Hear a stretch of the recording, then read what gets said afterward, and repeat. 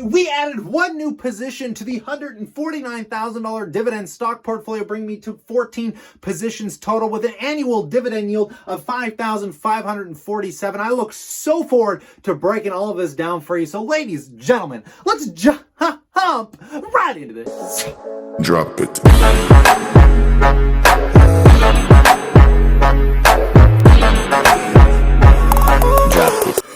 Welcome back, my passive income investors.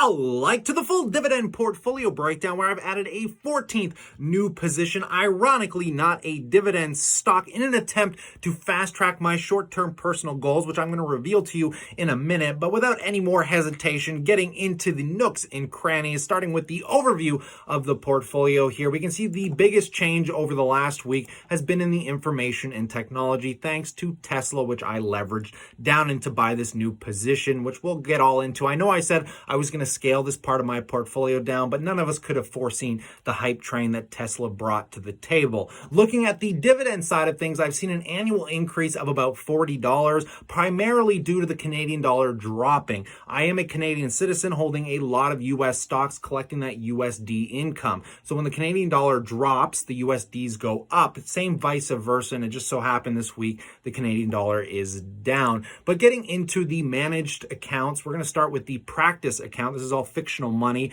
and I made this to kind of compare myself against a monkey picking a blitter at random S&P 500 stocks to see if it could outperform me. Many of you remember the comedic sketch of Francisco, Portuguese monkey with Russian accent.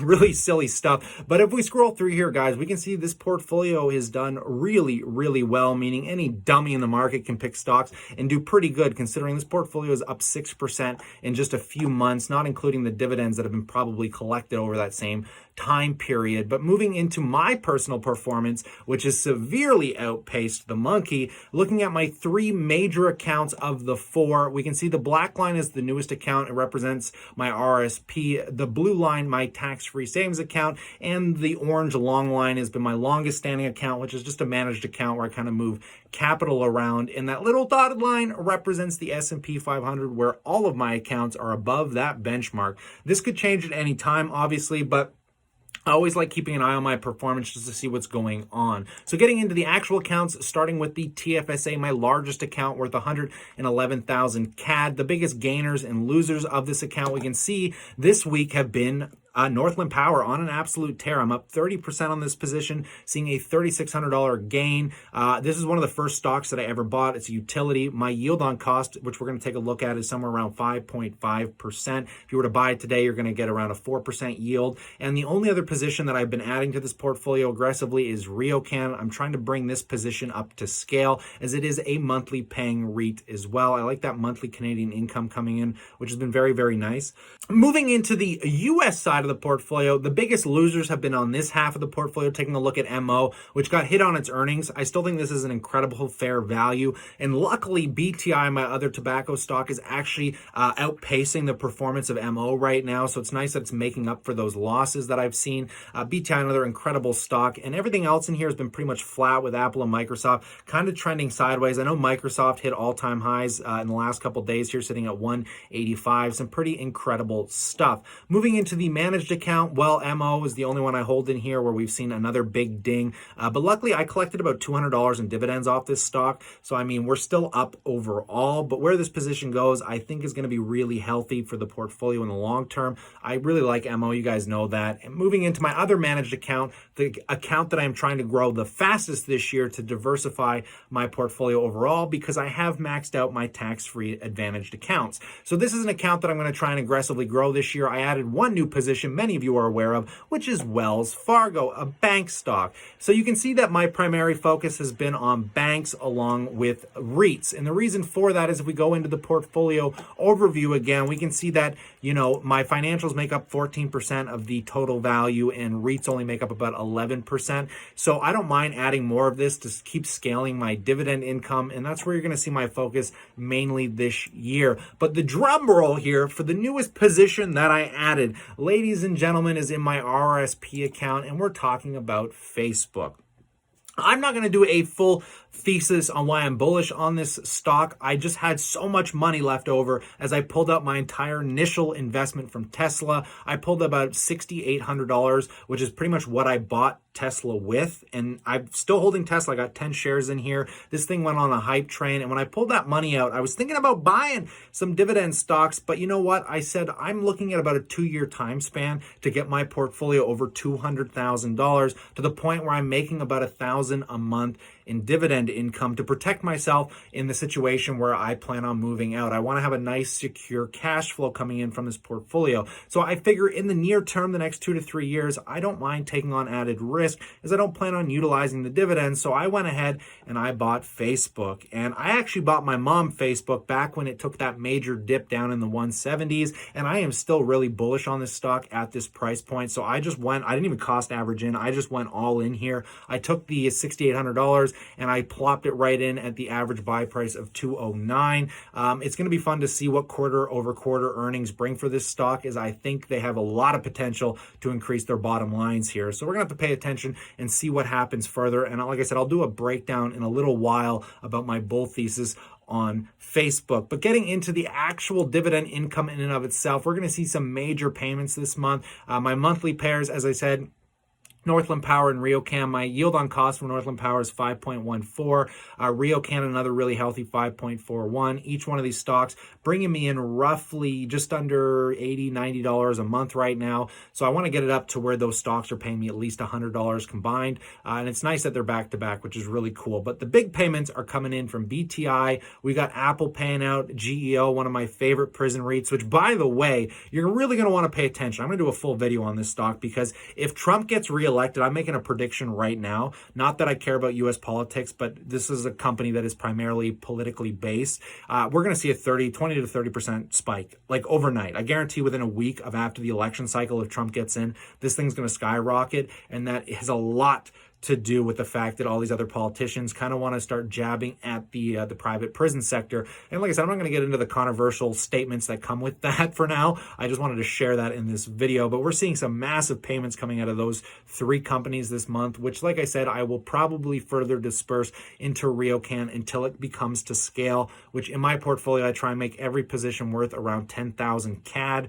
And if you look at my US positions, they're all worth about 6,800-ish, around 6 to 7 grand, which if you convert it over to CAD is worth about 9 or 10,000. So I really like the balancing of this portfolio. I'm not messing around with my TFSA too much, but moving into the only other real dividend payments that I'm going to be getting is in the RSP account, not coming in for the month of February, but this is where I hold my Johnson & Johnson, which, by the way, I kind of underpassed it there, has been doing exceptionally well. I bought Johnson & Johnson at a really good price. If we can find that account here, taking a look, Johnson & Johnson is actually up 10% since I've been buying it in under a year. I really scaled this position. I love holding it in my RSP account because it's completely tax-free money. It makes money tax-free. The only dilemma comes in is when I want to utilize this money. So what I might try and do is scale this portfolio, get it to the point where the dividends are around 3,000 to 5,000 a year. And then what I can do is, if I have to, I can pull just the dividend income out because it's just extra money anyways, but no more than 5,000 a year, because this account penalizes me about 5%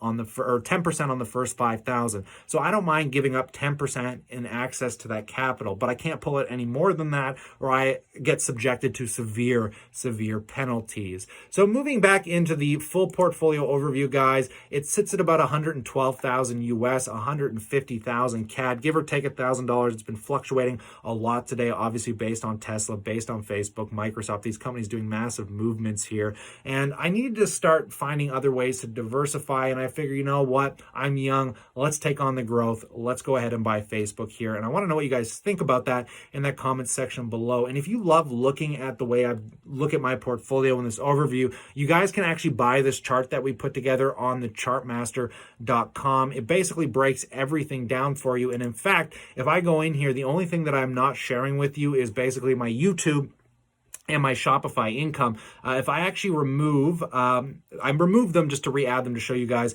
If I rescale in, because I'm going to be making about, let me see if I can re-add the Shopify and YouTube. I plan on making somewhere between $100 to $200 a month off Shopify. It seems to be pretty steady that way. And YouTube is going to be scaling up as my views keep going up. And right now I'm averaging about $200 a month or $2,400 a year if it is sustainable. And that equals my dividend total of passive income at around $802 a month, which is pretty incredible. I'm really trying to scale that much faster here, which is why I'm focusing so heavily on YouTube and Shopify. But we can see, if we take a look now at my dividend overview, it really levels everything out. We can see that, I really like looking at it this way because it helps me fully grasp my full diversification, so I'm not so over leveraged. Because if you take a look at that information and technology on the portfolio value, obviously YouTube and Shopify don't really cost me anything, maybe 40 or 50 bucks a month in my personal time, but I find it really deleverages the risk of my Apple, Microsoft, Facebook, and Tesla stock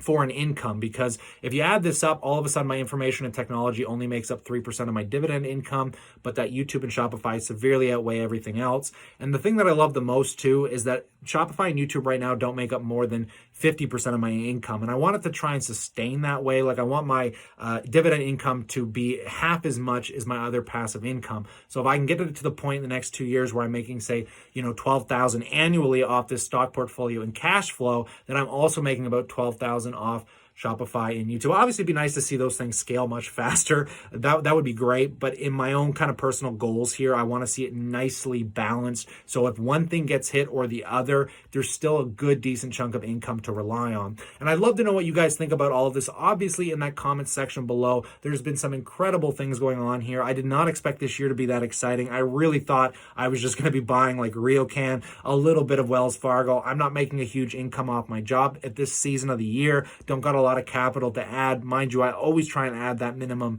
of $500 a month. So, I mean, I'm glad that YouTube is going to be exciting this year. And I mean, if this is the start of the year and things hold up, I'm still collecting another, $5,000 in dividend income, and I'm still going to be adding about $5,000 or $10,000 personally to the account. So hopefully by the end of this year, we could see the portfolio being worth somewhere around $160,000. That's my personal timeline and my personal goal. And I'd love to know what you guys think. Consider slapping a like and subscribing for my weekly Friday updates. So stay cool, stay awesome. I look forward to chatting to y'all real soon.